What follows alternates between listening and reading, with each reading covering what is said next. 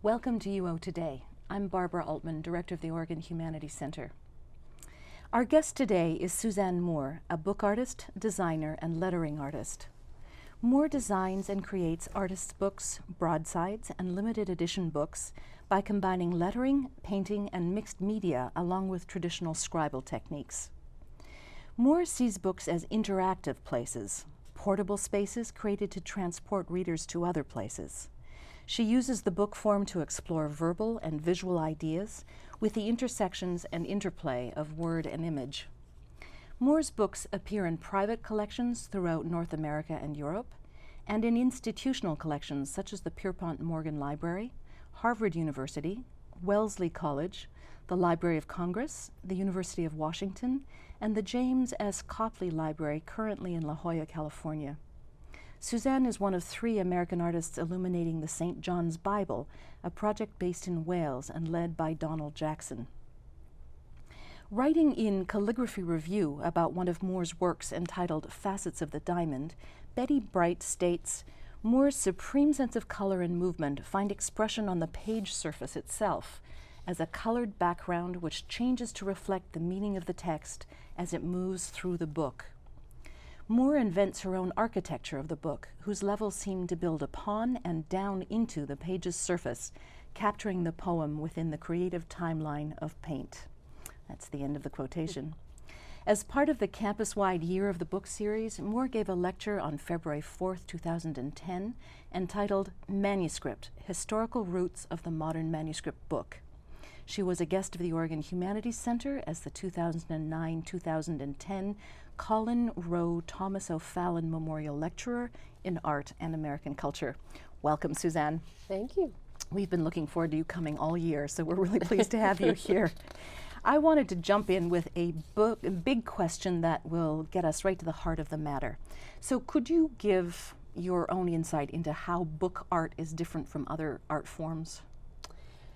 Well, I think the thing that makes it most attractive to me is that although we use materials and tools and surfaces on which to paint and letter that are similar to other art forms like printmaking and painting, because the book object, goes into the hands of the viewer, and another human being is required to handle it, to look at it.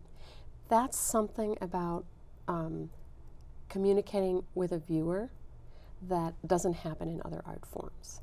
So there are lots of physical realities of the book object, but I think as a maker, that's the one that appeals to me the most. It's the reason that I choose books instead of other types of art forms. Did you move to the book immediately as an artist, or did you work your way there through other media first? I did two-dimensional work. For a long time, I used to renovate historic buildings, which is a little bit the way I think about bookmaking. I think of books, as you said, as places. They just happen to be portable and transferable from one human to another. And when I had winters off from restoring these houses, I added lettering classes to the art forms and then lettering design to the forms that I was already working in, printmaking and drawing and painting. And then it took exposure to a lot of quite amazing working artists in the Bay Area in San Francisco. And I very serendipitously got a job designing exhibitions for the Stanford University Rare Book Collection. And part of my working space was in the locked stack. And the opportunity to cruise a locked stack of any fine rare book library is extraordinary. A handful of people in the world get to do it. And for that period of time, I was surrounded by quite extraordinary examples of books. And after that exposure, I never could turn back. That really is unique exposure. As you say, very few people have a chance to just browse through a rare book stack. Even if you're a manuscript scholar like I am, you go and ask for 2 or 3 specific works, but you can't look at the full panoply of work. What a unique experience that was. And my boss at the time said, you know, when you want to take a break, cruise the stacks and see if you can find ideas for future exhibitions. And that was a great assignment. Yes, I can see that was a turning moment. I'm curious actually about all the things that come together in the making of a book. You talked about it just now as analogous to or sharing traits with other art forms. You work on a particular surface, you work with inks and with colors, and you have particular instruments. But I'm curious to know, from your point of view, what disciplines you think you draw on most heavily in the production of art books? It's an interesting cross-reference. There's a little bit of engineering because the book has to function in a physical way and retain the integrity of its structure as people are looking at it, because of course you hope that a lot of people will look at it in its lifetime. And so there's a little bit of engineering. There is a sequential aspect to it that's a little bit like things like filmmaking. There are technical problems that you don't have to worry about with some two-dimensional work, because you may produce something that is not designed to ever have anything pressing on its face, for instance. So if something abrades or if something sticks together in a book because of the physical reality of the pages touching each other, that's a different set of problems. The opportunities that it gives you, on the other hand, to tell a story in a sequence and orchestrate it, or actually think of it like music, an experiential thing that lasts in a period of time and things change as you move through it. And the aspect that I can't control is certainly who looks at it, who will ever see it, and how they encounter it. How quickly, how slowly do they come back to it? Do they do it a quick read, or do they really, look at all the aspects of it? And I try to create books that people can return to over and over again and keep discovering new things. And that keeps it interesting for everybody. That variable that you identified, that your work of art will end up in someone else's hands, it's something that you need to think about when you create the artifact, because it means you can't necessarily do something as fragile as you might do on a piece of paper or another support that you would then put behind glass and put on a wall. Do you factor in the usage when you're creating a book in terms of durability of your materials? Certainly. And again, if you make something that's so fragile that people have trouble experiencing it, like it's too hard to turn the pages for some reason, they dent or tear or something like that. Part of that is the paper you choose, and the other part is trying to imagine how people would encounter the book. If it's a very large book, it's unlikely that people are going to look at it standing up. They're going to have it on a table. They're going to turn the pages in a very particular way. If it's a tiny book, it's unlikely they'll lay it down on a table. They're probably going to hold it in their hand. And so the way that they handle that is, distinct to the scale of the book and the content and those kinds of things. So, there's so many directions, even within the book world, that one could go. And so many artists are working in with interesting ideas, interesting structures, all those things. One of the things that appeals to me so much about your work is that you're very conscious of the historical traditions behind a modern artist's book. And so in the title of your talk here at the U of campus, you actually start with the word manuscript, which many people think is dead and gone and an old art form that we don't practice anymore, but there are real historical roots to what you're doing, right? Certainly. And I wasn't as aware of them when I first started making books, certainly as I am now. And part of that came out of experience and realizing how much how many of the techniques that were used in manuscript production were necessities. For instance, lining up 2 lines of lettering back to back on 2 sides of a paper. If you punch the holes through the vellum, which is, dense and a little bit harder to punch than paper, you have the opportunity to perfectly line up those lines.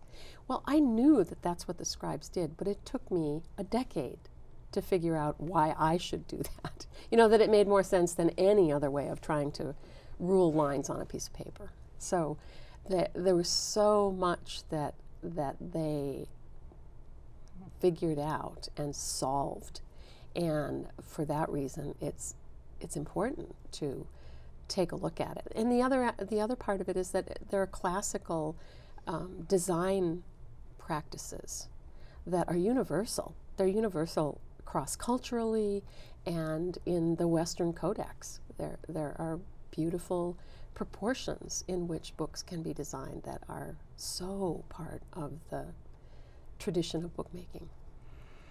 That allows us, through your contemporary practice, to bring a greater degree of understanding to historical practice. I think that's for me as a medievalist, that's a very important piece of this. We talked about the fabrication of the artifact, but how do you choose the content for your books? Occasionally I get commissions that often come from people who have a real passion for the author or the subject. And sometimes I get very open-ended commissions in which someone says, this is the type of book I'm looking for, or this is the budget, make me a great book.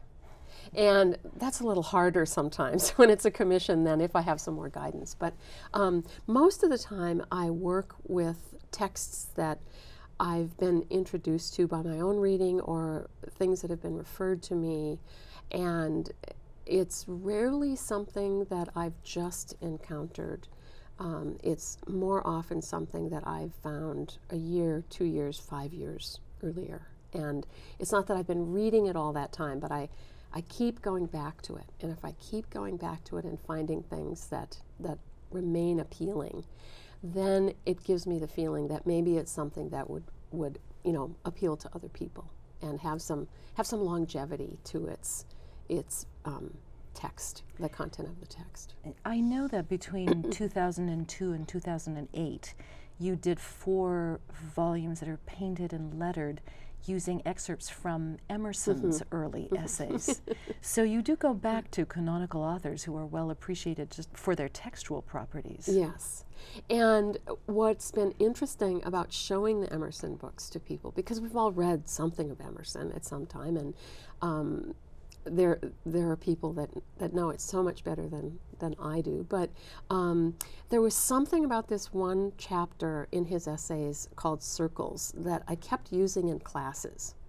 And when I went back, returned to bookmaking from having a full-time job, I realized that there's a reason that particular essay had been floating around in my life on the periphery for 10 years or more. And when I came to my studio here in the Northwest and set it up, I decided that because my journey had really been full circle, I had met my husband on the West Coast. We had done a lot of things in the past 25 years together, and professionally, individually. And I realized when I was moving back to the Northwest that it was a circle, and decided that was as good a reason as any to pick up this Emerson piece and really work with it.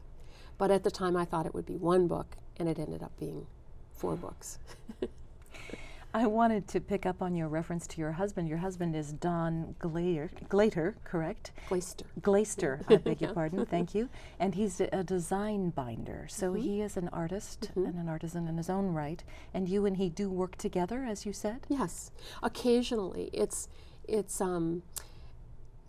It would be commonly probably assumed that because we're both book artists and we both live and work in the same place, that we work together a lot more. But I believe he's done something like 125 bindings and in his career, and I've done about 58 books, something like that. And together we've probably only done about 9. So it's a healthy number, and we always enjoy doing it. But it's rarer than one might think for 2 people, 2 artists living under the same roof that are working on the same kind of object. When you do collaborate on one particular object, it's not that you produce the book and then say, here, dear, please put a binding on this, I would think, right? The binding must be an integral piece of the design from the beginning. Well, it depends on the situation. It has been a little more linear, similar to what you described in the past. And we're working on something now that we decided from the onset, from the beginning, that we would both be involved much more in what the other person was doing, that he would be much more involved in what was happening up front. And I would be much more involved, not doing the actual work, but talking about it, problem solving, figuring out direction, things like that. And then I would be more engaged in kind of being an advisor in some ways for the binding, and really then trying to create something specifically out of that interaction that would be unique because of the interaction. And that's a piece that you're working on together now. Mm-hmm. Okay, you'll have to come back and tell us how that one came out. But I wanted to ask you, is it an impossible question to ask you how you interpret text, whether it's Emerson or someone else, and turn it into a visual medium? Yeah, that's one of those questions that you don't really think about that process as you're doing it, obviously, but often when I write a description of a book, I can reflect on how the book unfolded. And for me, it works a couple of different ways. Sometimes I'm actually making imagery in the studio first, and then I need to go find a text that will support it, and that they really will both keep their integrity in the piece. For instance, I'm working now on a set of book pages, a couple sets of book pages that have to do with thresholds and doorways. And I just started painting this imagery and cutting all different shapes of architectural doorways out of pages, and so you end up with this book that has dimensions that you can see through, even though you haven't begun to turn a page. But I realized that I needed a text that would really, support that, and maybe it's multiple texts. And then the other way is to have a text that I'm really interested in and that has maintained its interest for me, and figure out, now what would that look like? What would the palette be like? The text then absolutely drives every decision. It determines the palette, the form, the scale of the book, the weight of the materials and the texture of the materials. Every sensual thing that you'll experience in the book, as well as the visual, is really driven by the content of the words. I would imagine that the St. John's Bible Project is one of those. The project is driven by the text. Mm-hmm. Could you tell the story of how you were chosen to work on that? You're one of only very few Americans in a team of 17 scribes and artists. Mm-hmm. How did this all come about? It happened with an invitation from the creative force behind the Bible, Donald Jackson, who is in Wales, calling me on the phone in really out of the blue. I knew he was working on the project. I'd seen pages.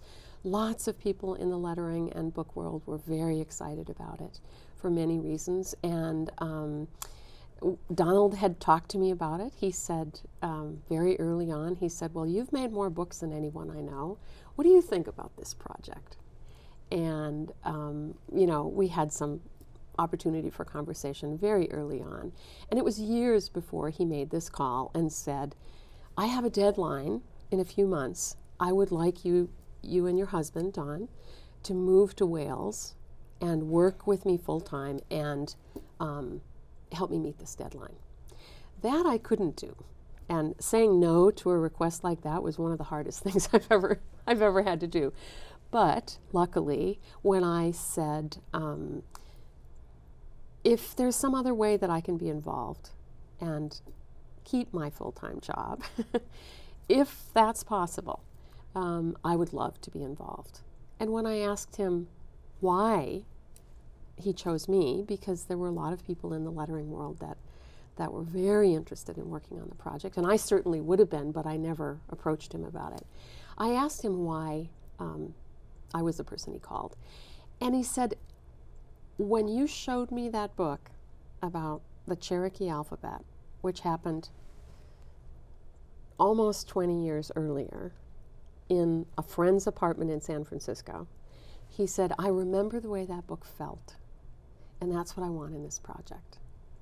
And that was one of the most satisfying things to hear from anyone, but from another artist and from an artist at the level that Donald works. It was really a wonderful thing, and it helped me understand what he might be thinking when he chose me. That's a very telling verb that he chose. He said he remembered how the book felt, not looked, not smelled, Yeah. How it felt. So he was talking about it in its physicality as well as in its visual qualities, I assume. Yeah. And there were a couple things I remember from that conversation. He has this beautiful English accent, and he said, whatever possessed you to put scarlet with pistachio? Because that was the color palette. There was this one page that was this hot, classic scarlet. But the lettering was over these layered panels of letters that looked as if they were floating in space. And the green lettering had to be a color like that because it was the biggest contrast to scarlet on the color wheel. So is that how you explained it to him? Yeah, I said, it looks good. So you and your husband, Don Glaser, were not able to move to Wales and throw yourselves into this full time. But did your Don end up involved in it too? Is he also contributing to the St. John's Bible in any way? No. There was a period of time when they were really surveying the possibilities for binding some of the facsimile volumes. And another binder, separate from the people in Wales, another binder in Texas called and asked Don if he would be interested in doing these segments of binding for those copies of the Bible. So that was the only direct connection. But he knows Donald, and when all the artists went to Minneapolis for the first opening at the Art Institute, Don was the only non-team person that got to be part of that. So it sounds like he's an honorary team member, yeah, no he is. matter what. Yeah. So how many pieces have you created for the St. John's Bible Project then over the years? When I currently have an assignment to do 3 pieces, 1 illumination and 2 special treatments, which are little different categories of assignments for an artist. And the total then will be 13 pieces. Could you explain the difference between illuminations and special treatments? You said they're different categories. Yeah, the illuminations are given, the assignments for the illuminations are given to us with what's called a brief from the Committee on Illumination and Text. And that group is made up of theologians, art historians, working artists, and lay people to give each artist the real core theological foundation for each passage that they want portrayed, and also to give them ideas for kind of cross-referencing. So how does the message relate to the bigger world, to contemporary politics and economics and society?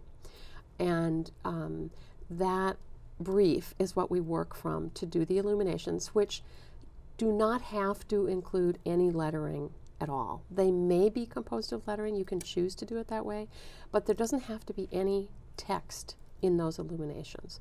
And my illuminations, with a couple of exceptions, have all been paint and imagery rather than lettering. Sometimes I paint letter forms as part of the design, but these special treatments must have a legible text that is simply the volume is brought up on that text. So it's a passage that is written in the regular columns of lettering, but they want to bring that into a kind of a higher intensity and elaborate it a little bit, not decoratively, but really show it off a little bit. I see what you mean, and those things combined of both the illuminations and the special treatments of particular passages, you will have done 13. Mm-hmm. I wanted to go back to the how to contextualize and understand your work in broad terms. Mm-hmm. And in the assessment of it that I read a quick excerpt of as part of our introduction, the longer version of it puts you in the company of Henri Matisse, the well-known French artist, and also Morris Louis, an American who was an abstract expressionist painter of the first half of the 20th century. That's very heady company. It sure is. But it also makes sense in terms of the different strengths and disciplines and aspects of work that those two artists brought to their own creative process, right? And I think for each artist, the use of color and the juxtaposition of color on the surface was a key to their work. And certainly color is a huge, and color fields and details of where and how color is used is a huge part of one of the real strengths of my work, I think. So that grouping makes sense to you. Mm-hmm. Excellent. I had the opportunity to read an introduction that the Special Collections Library at the University of Washington in Seattle gave for you, a woman named Sandra Krupa, and it was a beautiful, beautiful introduction to you and your work. One of the things she said about book artists is that artists use the book form because of its tactile and intimate nature. And I wondered if we could just close there, because it brings us back to where we started in this discussion, I think, doesn't it? Totally by accident. Do you feel that it is an intimate experience? Oh, absolutely. It's every sense is involved in encountering a book. And even the sound, even the subtle sound of a fine paper. So there's nothing for me quite like experiencing the work of an artist other than something like holding it. Thank you. I think that's a wonderful place to stop. Thank Thank you so much for coming to talk to me. Thank you very much. It's been a real pleasure. We have had as our guest today Suzanne Moore, a book artist, designer, and lettering artist. Moore gave a lecture entitled Manuscript, Historical Roots of the Modern Manuscript Book on February the 4th, 2010 as part of the campus-wide Year of the Book series. Thanks for watching and see you next time.